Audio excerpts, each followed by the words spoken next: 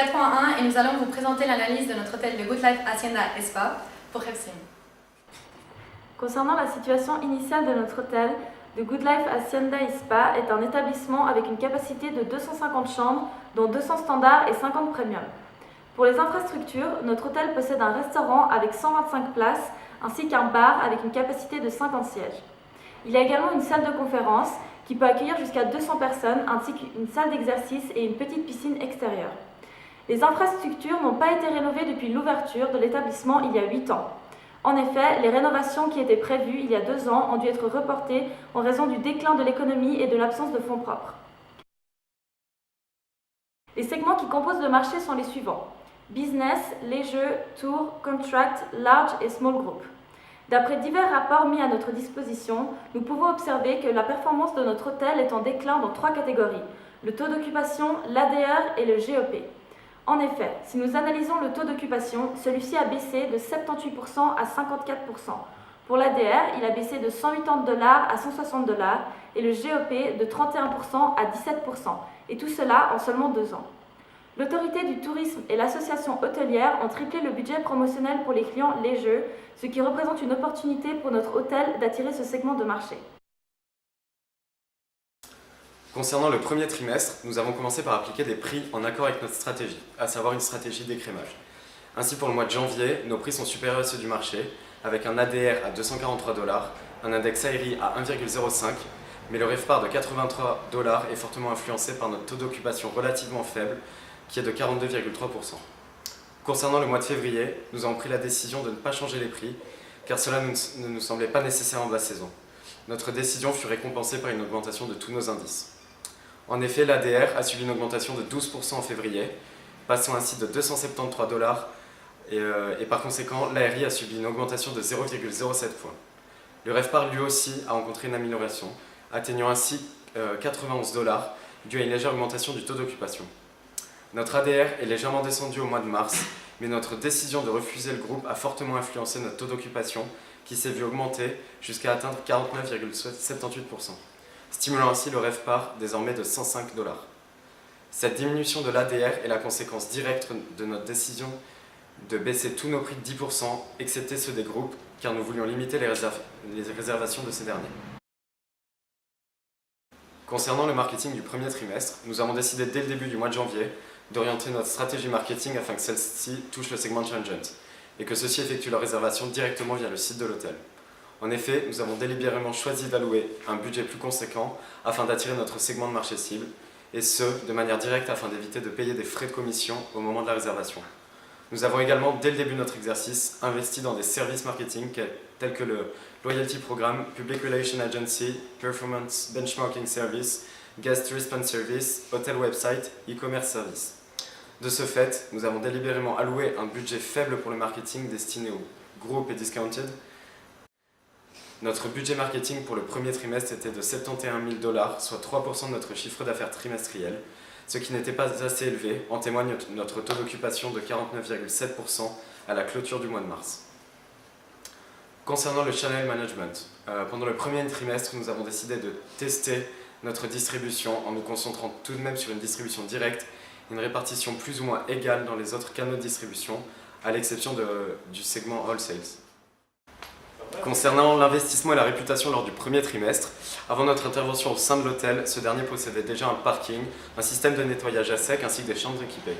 Lors du premier trimestre, nous avons investi $39 000 dans le nettoyage.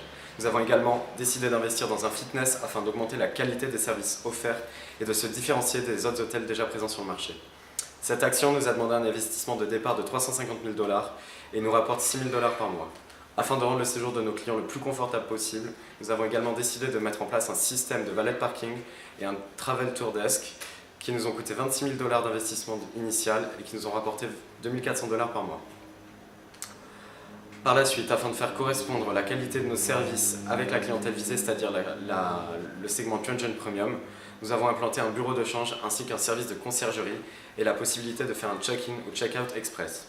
Nous avons également équipé nos chambres d'une connexion internet, d'un minibar et d'un turn-down services pour un total de $79 000 d'investissement initial. Ces différents services sont indispensables mais ne nous rapportent pas énormément.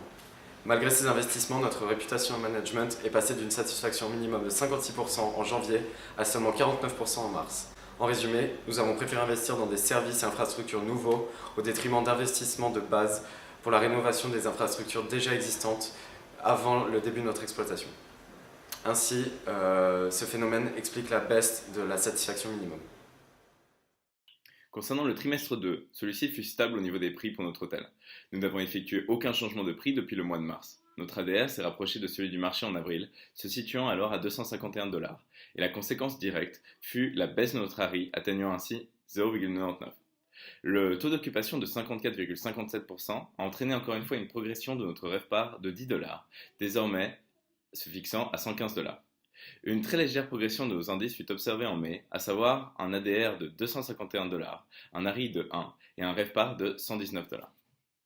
Le mois de juin, correspondant au début de la haute saison, nous avons augmenté tous nos prix de 10%, ce qui a fait augmenter notre ADR à 274 $, pour ainsi se situer 20 $ en dessus de celui du marché, et par conséquent, notre ARI a atteint 1,08. Cependant, cette augmentation des prix fut prématurée, car notre taux d'occupation est descendu à 48,75%, et par conséquent, notre RevPAR fut impacté, perdant ainsi 10 $ par rapport au mois de mai. Concernant le channel distribution, nous avons concentré notre distribution à part égale sur les canaux directs et GDS, en négligeant un peu trop les OTA. Étant donné la saison et les dépenses marketing, une répartition plus équilibrée nous aurait donné plus de visibilité, et par conséquent un profit plus élevé. Concernant le marketing, pour le deuxième trimestre, nous avons décidé d'augmenter le budget alloué à celui-ci, spécialement pour notre segment de marché cible Transient, et ce, à partir du mois de mai. En effet, nous avons décidé d'augmenter de 30% ces dépenses entre mai et juin en direct, et nous les avons triplées pour les GDS lors de la même période. Ces augmentations étaient censées pouvoir augmenter notre visibilité avant la haute saison. Nous avons également décidé d'investir dans un autre canal de distribution GDS, afin de pouvoir attirer un plus grand nombre de clients, évidemment, malgré une perte de revenus consécutive à un taux de commission inhérente à un tel canal de distribution. Or, cette augmentation n'a pas suffi à augmenter notre occupation, qui a baissé de 55% à 48% entre le mois de mai et celui de juin. Malgré cette baisse globale, notre MPI pour les Transient était supérieur au marché, en juin, se situant à 1,02, ce qui prouve que nous avons réussi à capter notre marché cible. Cependant, en nous concentrant beaucoup trop sur ce segment de marché, nous avons cruellement laissé pour compte d'autres segments qui auraient pu remontrer notre MPI pauvre dans son ensemble, se situant à 0,77 en fin de trimestre.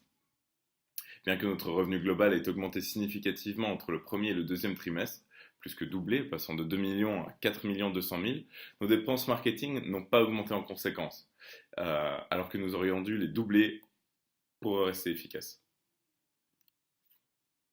Concernant les investissements et notre réputation, pendant ce deuxième trimestre, nous avons décidé de signer de nouveaux contrats de nettoyage, mais également de renouveler les anciens, pour un total de 24 000 $, et ce afin d'augmenter la qualité de nos infrastructures. Nous avons également décidé d'investir dans un lobby bar afin d'augmenter notre satisfaction client et répondre à la demande exigeante du segment de marché cible, à savoir les Transient Premium. Cette nouveauté nous a demandé un investissement de départ de 250 000 $, mais celui-ci nous a rapporté une augmentation du profit mensuel de 9 000 $. Malgré cet investissement, notre réputation management est passée d'une satisfaction minimum de 52% en avril à seulement 45% en juin. L'augmentation de la qualité de nos services n'a pas suffi à satisfaire notre clientèle exigeante car les rénovations de base ont été négligées. Pour les mois de juillet, nous avons augmenté tous nos prix de 15% par rapport au mois précédent. Cela semble avoir été la décision de la majorité des hôtels en haute saison, car notre ADR de 267 est presque égal à celui du marché, et nous avons donc un index ARI de 1,01. Notre taux d'occupation a chuté, passant ainsi à 47,69%, et le RevPAR lui aussi a baissé jusqu'à atteindre 106 francs. Il aurait été plus judicieux de considérer la demande de groupe plus sérieusement. Les prix n'ont pas changé en août, et cela ne semble pas avoir été une bonne décision car notre hôtel ne semble plus pratiquer de stratégie d'écrémage. Ainsi, l'ADR de 275 est très proche de celui du marché, comme le confirme l'ARI de 1,004. Le taux d'occupation a augmenté, mais un taux d'occupation de 57,47% en pleine saison reste peu satisfaisant, tout comme le RevPAR de 125, différant seulement de 6 francs par rapport à un mois de basse saison.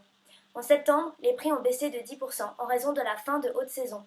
Mais cela a encore une fois impacté notre stratégie d'écrémage, car notre ADR de 256 francs est passé en dessous de celui du marché. Et par conséquent, notre ARI s'est retrouvé au plus bas depuis le début de notre exploitation, à savoir 0,96%. Nos prix étant donc inférieurs à ceux pratiqués dans le marché, notre taux d'occupation était de 61%. Et cela a seulement compensé notre baisse des prix, comme en témoigne le RevPAR égal à celui du mois d'août. Au niveau du channel management, nous avons augmenté les prix pour le canal direct en juillet-août, ceux-ci devenant donc plus élevés que les autres. Nous avons donc dû allouer plus de ressources au niveau du channel management et du canal direct pour ces 2 mois. En effet, juillet et août étant en haute saison, nous aurions pu attirer plus de clients par ce canal et ainsi maximiser et augmenter notre profit. De manière générale, la répartition dans les différents canaux de distribution est assez cohérente avec notre politique de prix. Cependant, nous aurions dû mieux différencier nos prix et par conséquent notre distribution selon les saisons. Prix et distribution plus élevés en haute saison et prix moins élevés dans les autres canaux avec une distribution plus forte en basse saison. Au niveau du marketing, la haute saison a été absolument catastrophique pour notre hôtel, car nous sommes passés d'un MPI de 0,89 à 0,76 en juin, puis à 0,75 en juillet, pour enfin remonter en août et terminer à 1,01 en septembre. Nous avons très mal anticipé cette saison de forte influence, car nous n'avons pas augmenté nos dépenses marketing en prévision afin d'attirer un maximum de nouveaux clients. En effet, entre juin et juillet, nous n'avons pas augmenté nos dépenses marketing du tout. Tirant les conclusions désastreuses du point de vue du taux d'occupation, nous avons fait le choix d'augmenter les dépenses marketing en les doublant pour les weekdays et week-ends dans les canaux OTA, Direct, GDS, atteignant ainsi une dépense totale de 190 000 $. Malgré cela, nous n'avons pas eu le juste réflexe de comparer celle-ci avec notre chiffre d'affaires, car elle n'atteignait que 2,35% de notre revenu global, ce qui est cruellement insuffisant dans une période d'une telle influence. Concernant le 4e trimestre, ayant remarqué une occupation plus forte en semaine qu'en week-end, ainsi que des prix bien différents chez nos concurrents, nous avons laissé inchangés les prix de la semaine, mais avons baissé tous nos prix du week-end de 15% pour favoriser l'afflux de clients le week-end. Cette stratégie semble avoir sorti l'hôtel de sa situation délicate à la suite de la haute saison. En effet, l'ADR de l'hôtel de 252 francs reste proche de celui du marché, mais est repassé au-dessus de celui-ci, en témoigne l'ARI positif de 1,02. Ces indices restent très stables au cours des 2 derniers mois, mais la performance globale de notre hôtel reste faible, en témoigne par exemple le RevPAR, se situant entre 102 et 112. Nos dépenses marketing pour le 4e trimestre, celles-ci augmentaient de 73%, dépenses pour le segment Transient, de 50% pour les weekdays et de 80% pour les week-ends entre novembre et décembre. Et ce, afin d'assurer un bon MPI pour ce segment, terminant au final à 1,11. Or, nous aurions également dû l'augmenter pour d'autres segments de marché que nous avons totalement délaissés en concentrant à tort notre stratégie uniquement sur les Transients. En effet, notre occupation globale a chuté de 11% entre septembre et décembre, terminant à 54%. Lors de ce dernier trimestre, nous avons pris en compte notre diminution de satisfaction et avons décidé d'investir dans les Soft Goods Video Contracts pour un total de 115 000 $.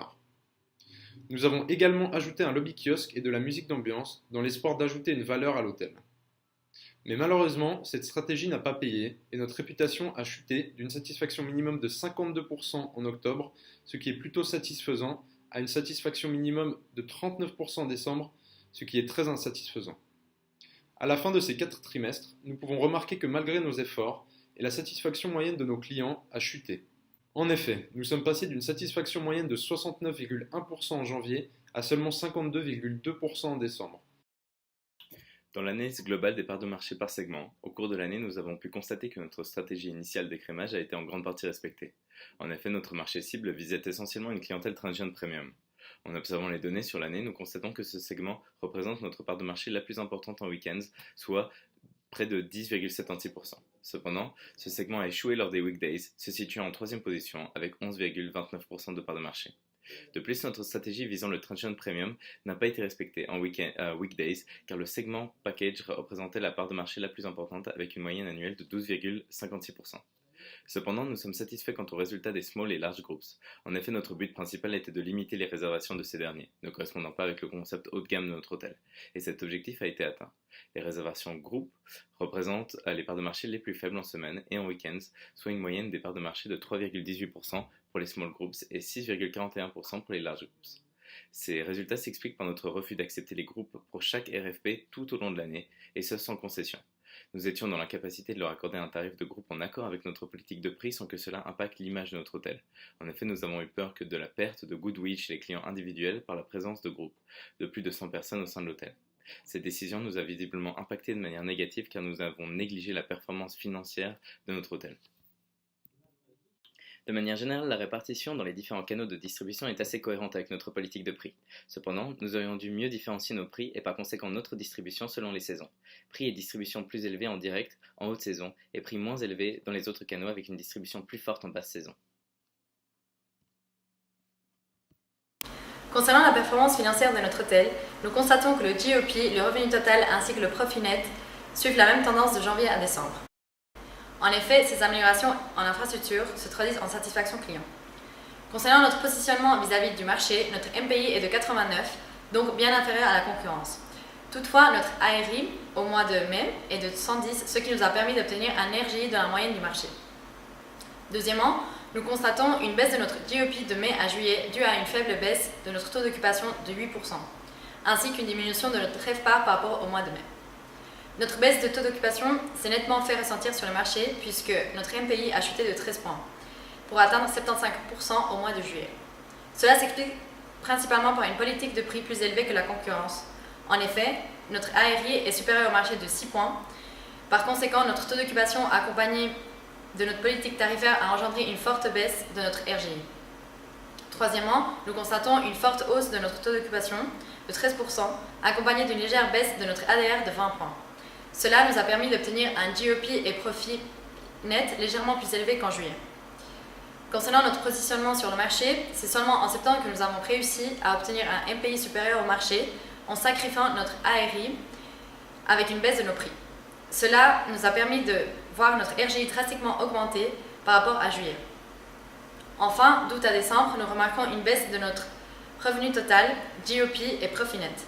Cela peut s'expliquer par de nombreux investissements, une légère baisse de notre taux d'occupation de 11%, ce qui a pour conséquence une baisse de notre RevPAR. Cependant, malgré une forte baisse de notre MPI de 12 points accompagnée d'une hausse de notre ARI, cela a permis d'obtenir un RGI constant mais légèrement inférieur au marché.